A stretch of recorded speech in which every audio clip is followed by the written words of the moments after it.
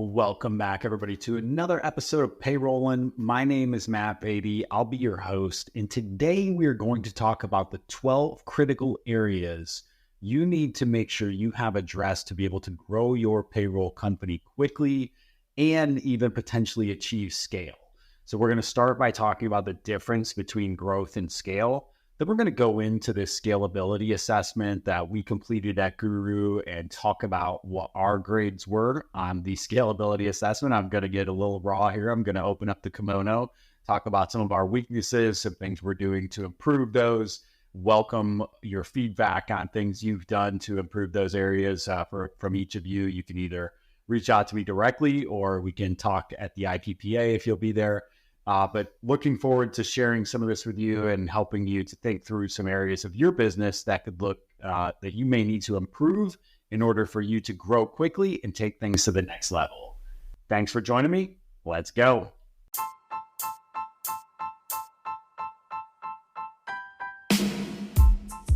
Welcome to Payrollin', the show where you will learn how to operate and grow your payroll business from the most dynamic minds in the business. If your company offers payroll services, this is the podcast for you. And now, here's your host, Matt Beatty. Let's go.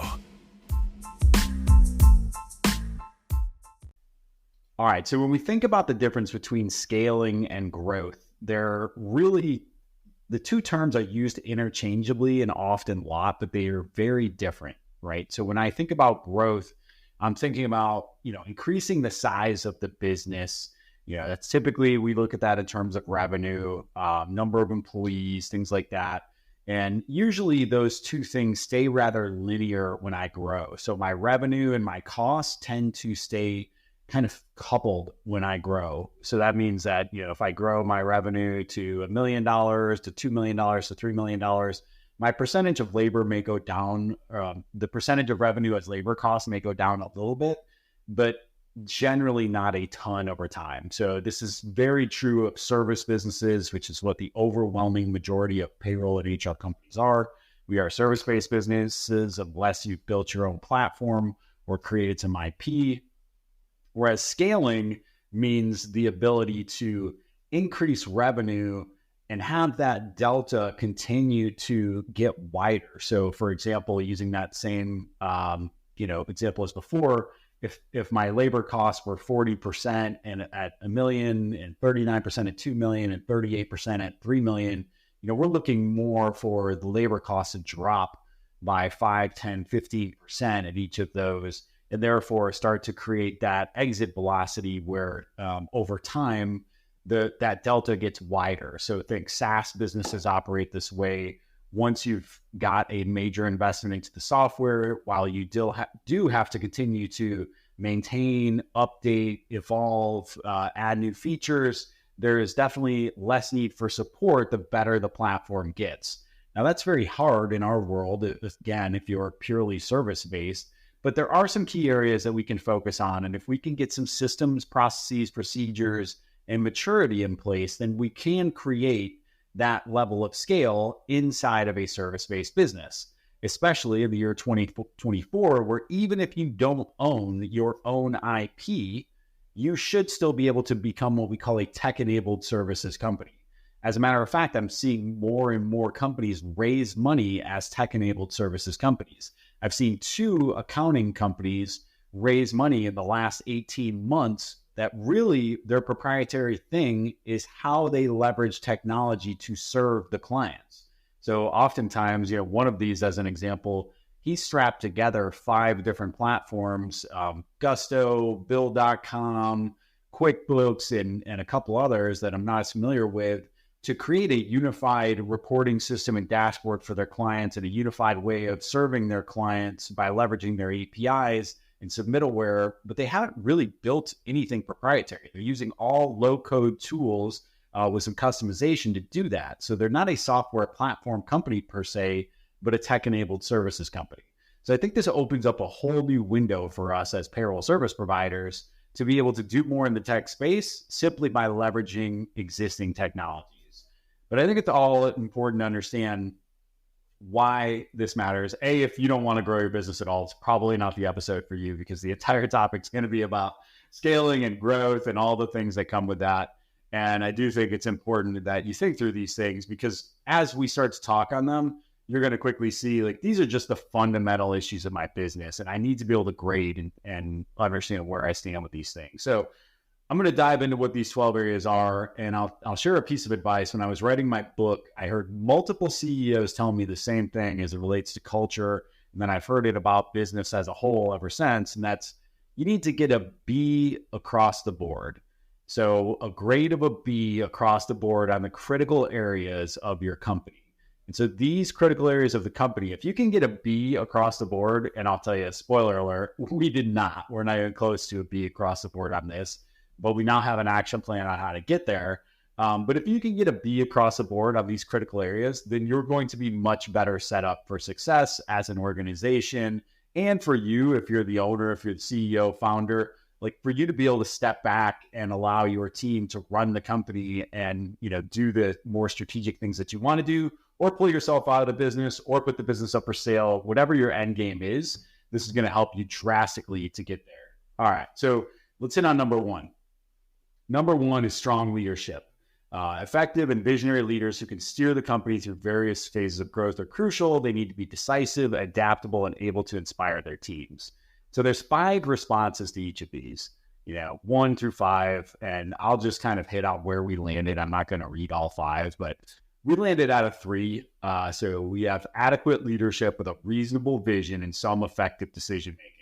So those things are right. Like that doesn't sound very compelling when you read it out loud. And obviously it's hard to give yourself a really high grade in leadership when the leadership team is the one taking the assessment. But we do have adequate leadership. We've got a really strong leadership team of 4 people who are good, solid individual leaders. We have a clear vision, so reasonable vision, and we do have some effective decision-making protocols in place. We use EOS, Entrepreneurial Operating System. We also use several other frameworks for decision-making, which I'm going to actually create some further episodes on. One of the most effective decision-making tools I use that I highly recommend to anybody is Charlie Munger's theory of inversion. I highly suggest seeking that out. He always says, invert everything. And that simple mental model and framework has helped me to make some major decisions in the course of my career that have been very, very helpful. And I can't suggest it enough. I think having frameworks and mental models for decision-making is a cheat code. And if you're just using your gut all the time, then that's not going to be a very effective method. So I'd say strong leadership, we put ourselves at about a B here. That 3 and above, I would say, is probably a B. They don't use a letter grading system with this. It's 1 through 5. In my world, 5s are things of rare achievement. You're sort of the Michael Jordan of what you're doing if you're hitting a 5. So we would never get a 5 in any of these. So, all right, so number 1 was strong leadership. Number 2 is clear vision and strategy. Companies that scale successfully have a clear long-term vision and strategic plan to achieve it. Understanding your market, defining unique value propositions, and setting achievable goals. So for us, we again had a 3 here because we do have a defined vision and strategy, but we have some gaps in planning or execution. We oftentimes, while we will see every quarter when we get together and review our vision and our strategy with the team and any changes that may have to occur there, we see the progress we're making. We see all of the, all the people are rowing in the right direction. But we definitely have some gaps from time to time. We've, again, made bad decisions. Sometimes we don't execute as well as we'd like. And so there's a good opportunity to improve there, but not a high area of concern compared to some of these others. The next up is adaptable business model. So you need to be able to adapt to changes in the market, scale up operations without significant disruptions. Now, this was a key area for us because last year we started growing even quicker than normal. And we did notice some struggles with adapting our operations, our team, really just our infrastructure started to feel some breaks. We had some issues that we have not experienced before as a result. And so we gave ourselves a 2 here on adaptable business model. We have some flexibility, but struggle to adapt to new situations or demands. Again, when it became like, okay, hey, we've got multiple sales reps out in the field, which we haven't had before. We've got a lot more implementations going. We've got, things started to break, fractures started to occur. We have, and as we get down towards the bottom, like started to put some things in place here where, hey, infrastructure is everything to be able to adapt. And so whether that's as simple as having better defined processes in Trello, our project management system, implementation is a huge focus for us right now. This Q1 and Q2 of 2024, the expectation is that every one of our services has a completely documented and ideally automation-based workflow inside of Trello to help to make sure nothing falls through the cracks, and that we have more dedicated project management over each implementation. As we've grown, the implementation process has changed and evolved. It used to be done by the actual specialists, the payroll specialist, the HR specialist. We added an implementation person at the beginning of last year. We gave that person a little too much autonomy, and then no processes got created and or followed for that matter. And so we've had to kind of take a step back and say, all right, hey, here are the two people accountable to make sure that the process is created first and foremost, not just get the work done, to make sure that the process is created. And so, one of the many learnings that we've had over the years is that the person doing the work is very rarely the right person to create the process, which kind of stinks in some ways. But if you go back to the Paul Abel episode from early Payroll days, he talks about automating his business. It's a really fascinating episode if you haven't listened to it. I want to say he went from 50 employees to 13 employees through automation, outsourcing, process improvement, et cetera. And one of the big takeaways from that was, hey, these people that are doing the work can't be the ones to automate, define, set up project management, et cetera. So we've got two people on the leadership team distinctly tied to the multiple products and services we have. For those of you that aren't as familiar, we do payroll. We call it simple payroll, which is just basically payroll. Payroll Plus, which adds in the HRAS, PEO, and ASO. And so we've got 4 kind of core services, and then our white label models. Now we've got to have really well-defined implementation processes for each, especially those core areas. Our PEO is growing like wildfire, and that's an area that we need to definitely improve the processes because it's a little less mature of a business line for us. All right, so we've talked on strong leadership, adaptable business model. Missed one, I think, here. Is that it? And then efficient processes and systems. Yeah, so efficient processes and systems, we've got a 2 here as well. So this is streamlined processes that can be replicated and scaled. Involves automation, efficient use of technology, and develop systems that support growth. We have some efficient processes, but overall lack of cohesion and consistency. Yeah, those were the 2 words, were cohesion and consistency. Is why is this thing being done this way when one person handles it, and this way when another person handles it? Kind of goes back to the adaptable business model, in my opinion. So I'm not going to keep on that path because I gave that example with the implementations. Customer-centric approach. Now this one, hits you square between the eyes because of course we're a customer-centric approach. Without our clients, we're nothing. But a focus on understanding and meeting customers' needs. Companies that scale effectively are often those that are deeply attuned to their customers and adapt to changing needs. We gave ourselves a 3 here because we do adequately meet customer needs, but we lack proactive engagement. And so that's been a big theme, particularly in 2024, is like getting out in front of things, stop playing defense. Last year, we got a little bit on defense as we grew and some things started to break. This year, we're getting back on offense. We're being more proactive and, oh, hey, I hear this client's got an issue. Let's escalate that immediately, get some leadership team members involved, make them feel better, get them to a place of success instead of waiting for things to continue to crumble because everybody's too busy. We feel like we're at an adequate staffing level right now, and people getting more comfortable in their roles and more things beginning to be automated. Now, not only does that approach, which, the mindset has always been there, but sometimes it was just a bandwidth thing.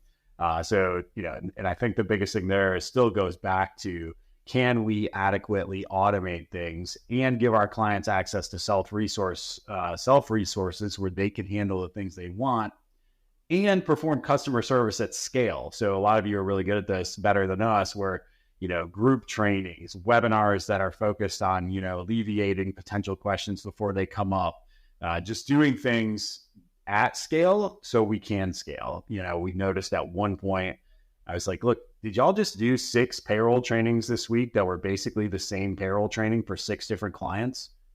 Why? Why were they not all on a call together? We can address their one-off needs on a one-off call, but the core of that, 80% of it, is the same. Why are we doing it 6 times when we could do it 1 time? And then over time, some of those can even be short videos, things like that. And so it sounds very basic, but it's just stuff over time when your systems change, your services change. Like we had some of this years ago. As things changed, it kind of fell off. And so we're coming back a lot and saying, how do we train at scale? How do we improve the customer experience by being more flexible with how they receive the training, the onboarding, the ongoing education, and validation of why they worked with us in the first place.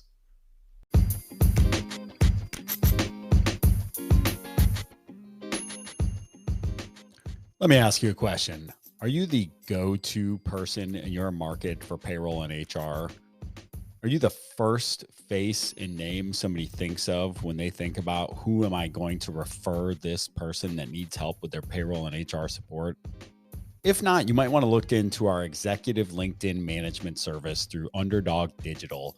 Underdog Digital is a sponsor of this show, and they've seen results such as, I'm looking at one profile right here where over the course of 6 months, they increased views by over 200%, more than 600,000 views on these posts in less than 6 months. Another one, plus 1,000% increase in 8 new conversations in the first 30 days. This is a tremendous service to help you to become the go-to person for payroll and HR outsourcing in your market. They create content for you, engage with other people in your space, send connection requests, and do outreach to generate conversations that do nothing more than create valuable relationships with your target audience. If you're interested in learning more about Underdog Digital's executive LinkedIn management service, go to underdogdigital.co. That's underdogdigital.co.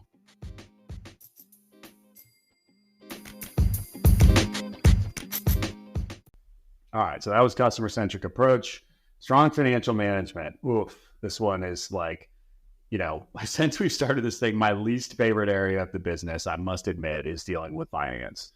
I often joke, QuickBooks almost got me divorced because I'll never forget sitting in the bonus room of my house, working on a computer with my wife, who is like many small businesses, your spouse becomes involved in the company. She's trying to learn how to become an accountant. We don't know what the heck we're doing. We're trying to figure out, well, does a credit card, do we post that to the books when we pay it off or when we charge it? Like, what do we even do? And so, all these questions that we were trying to figure out answers to, and there was no chat GPT 10 years ago, so it was a little harder to Google. But over time, we've now got a finance team in place. We've got in-house accounting, out-of-house accounting, and bookkeeping, and then CPA. But we still, I would say, are at 2 here because it kind of, when it gets into this involves this involves strategic investment and often creative financing solutions, and we just aren't there. So we have basic financial management, but struggle with strategic financial planning, which is interesting because I'm leaving the office here in about an hour to go sit down with a local accountant and CPA and just work through, hey, here's what we have for our forecasting. I want a tighter rolling 13-week forecast. Here's how here's a look back at what we've been doing. The one piece I can't seem to get from any of my financial professionals is like, hey, how do these, what are the areas of opportunities when you look at our books, when you look at our numbers to improve it? And they have been a little muddy. Again, we're a company that's raised money. We're a company that's, we invested that money and operated at a pretty substantial loss last year as a result. And that was the plan. But it does get it muddy when you go to look at comparing it to a service-based business or even a SaaS company, what those metrics should be versus what they are when we're in a substantial burn mode. But the biggest thing for me where we need to improve, and we're getting there, is the strategic financial planning. So just knowing what's next. I don't necessarily want a budget, but I do need a forecast that is accurate and up to date and can be and can be updated when things change. So do we have a big customer payment coming in that we weren't expecting? ERTC was kind of one of the main things that did that to us. Same, did we have a big expense pop up we weren't expecting? Need to be able to add that in, people turnover, et cetera, et cetera. So, all right, financial management, definitely some work to do, but a lot has been done since trying to look at when I actually filled this out. Let's see. So filled this out in December, and I will say, the plan itself, we've made substantial strides since we've done it. So I'm really excited about that. But next up is talent management. And boy, oh boy, if you want to talk about one that hurts being an HR company to give yourself a 2 on, man, this one stings. But you got to be real with yourself or you can't improve. So this is, for us, the answer 2 was some talent management, but struggles with retention and development. The retention and development pieces just jumped out to me. Last year, we made some bad hires, which, created retention issues. Development is something, one of those hires was supposed to be somebody who is going to be a trainer for our internal people. It was going to take on the talent development role internally. And so interestingly enough, that was a compounding mistake. We made a bad hire. So not only did that affect that role, and we did not get that role fulfilled the way we had hoped, but then that individual was supposed to be pouring into others on our team, and therefore we kind of fell behind on our internal talent management as well. And so we've made great strides there. Again, have kind of shuffled the deck recently out where people sit internally. I've started to take on a more proactive role in the talent management and development and getting us back to some of the fundamentals when we were really good at this. And we've already, I would say we're already pushing up to a 3, which is adequate talent management with reasonable retention and development opportunities. And I could see us being a 4 in no time, just because we've got the playbook. We just, this is a little bit of a snapshot in time moment. And again, if you think about when I filled this out in December of 2023, which was probably one of the lowest points of our company history. We were, from a morale perspective, we were struggling. CS was struggling to keep up with the new clients. The sales team was still learning what they were doing. It was just a very, very quirky time in our history. And so, but those are the times when you need to identify what you can and should be improving. And we really tested the infrastructure, which leads into the next one, scalable infrastructure. So the ability to scale up, whether it's IT systems, logistics, production, is essential. And we gave ourselves a 2, infrastructure with limited scalability struggles under increased demand. We just saw it firsthand. I've kind of hit on it ad nauseum. These are the things that we struggled with. Were meeting the increased demand of our customers. And again, since then, we're in a point now where we've settled into that. Is we sit here in March of 2024, 4 months later. But do I think the infrastructure has been fixed entirely? No, I just think that things have settled down a little bit, and so therefore we're handling sort of normal growth, if you will. So it's still a lot of work to do there. I don't think that we're quite at that 3, but we will be at a 3, and if not a 4, which is strongly scalable infrastructure in the next couple of months. Culture of innovation and continuous improvement is the next area of 12 things that make your business scalable. So that's what we're going through here, are the 12 areas that could potentially make your business scalable, help you to grow faster. You've got to have these things locked up. The next one is culture of innovation and continuous improvement.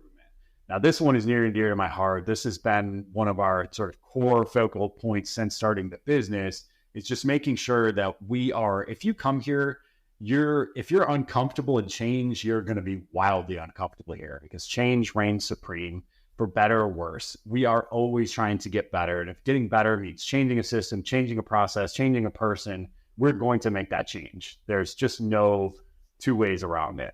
And so we had 3 on this, a moderate focus on innovation and improvement, but not consistently applied. I think the application part and the consistency were just the only thing holding us back here from being a 4, which is strong culture of innovation and continuous improvement. We're bordering on that. We've got people that embrace it. When we don't, we coach them out of the organization, or they just quickly realize it's not the place for them.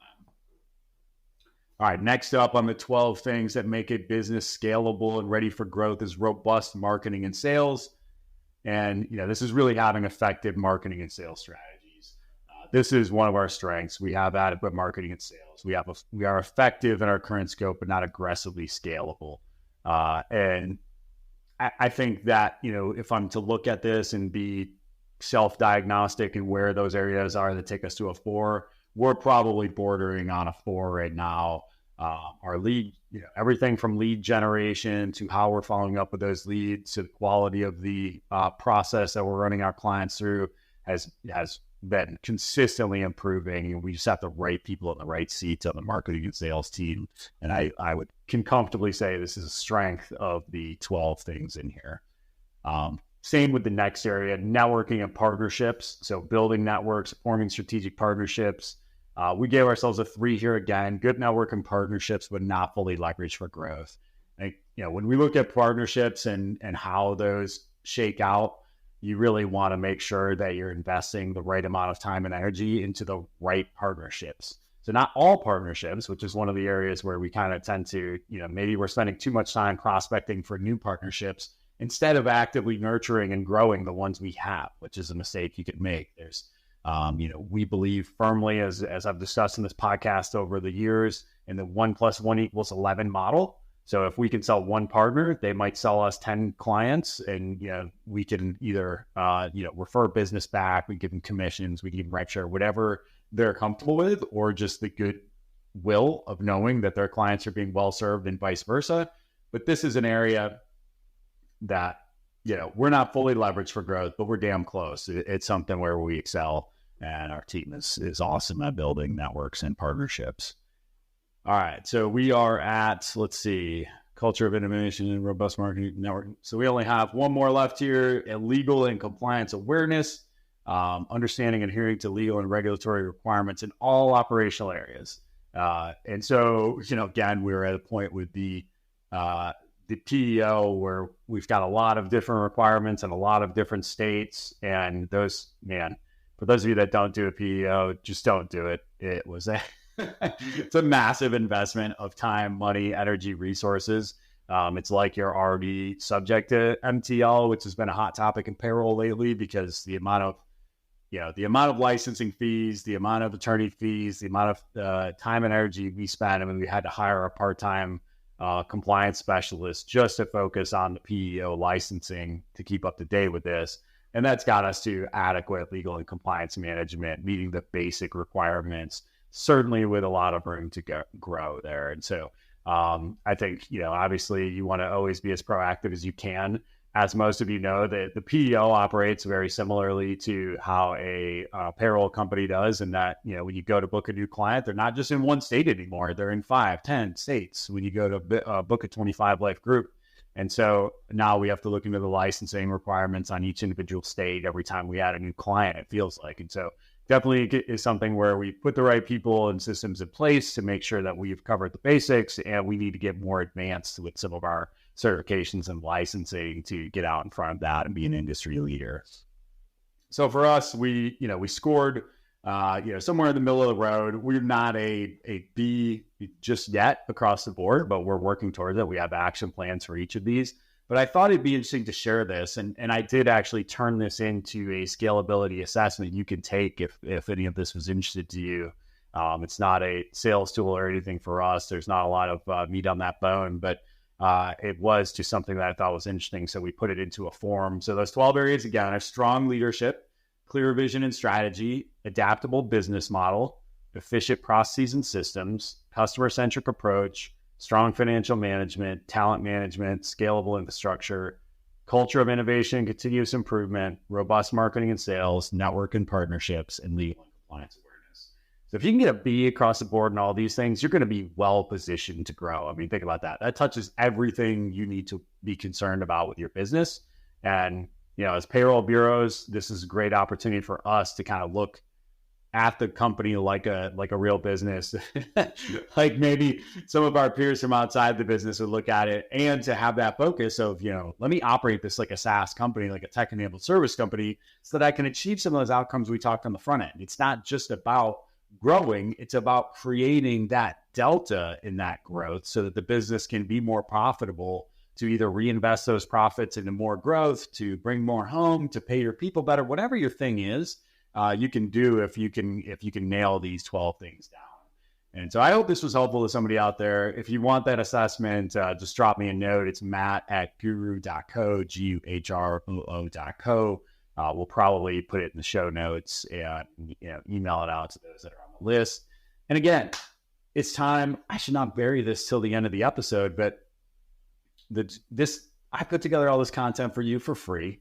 It's costing me my time, my energy, but to you, it's free. So all I ask from you is that you abide by the gentleman's agreement or the lady's understanding, and you go to our YouTube channel. Just search out guHRoo on YouTube, guHRoo, subscribe to our YouTube channel. That's it. That's all you have to do. It'll take you 2 seconds. You can do it right now. And it just lets us know that, hey, there's goodwill behind this. When we create something of value to you, you provide us with just that little bit to help us know that we should keep continuing to create. And also bonus points if you can just smash the 5-star on your Apple Podcast player or on Spotify or however they have it on there now, just to let them know as well that this is a podcast worth listening to. Thank you so much for joining me today. I hope this helped you to grow your business. I appreciate your time. If you enjoyed that episode, please share it with someone else you know who might enjoy it and learn from this. And also, please rate us 5 stars on your favorite podcast player. We really appreciate you taking the time to listen. And also, don't hesitate to reach out with other topics you'd like to hear more about. Thanks so much.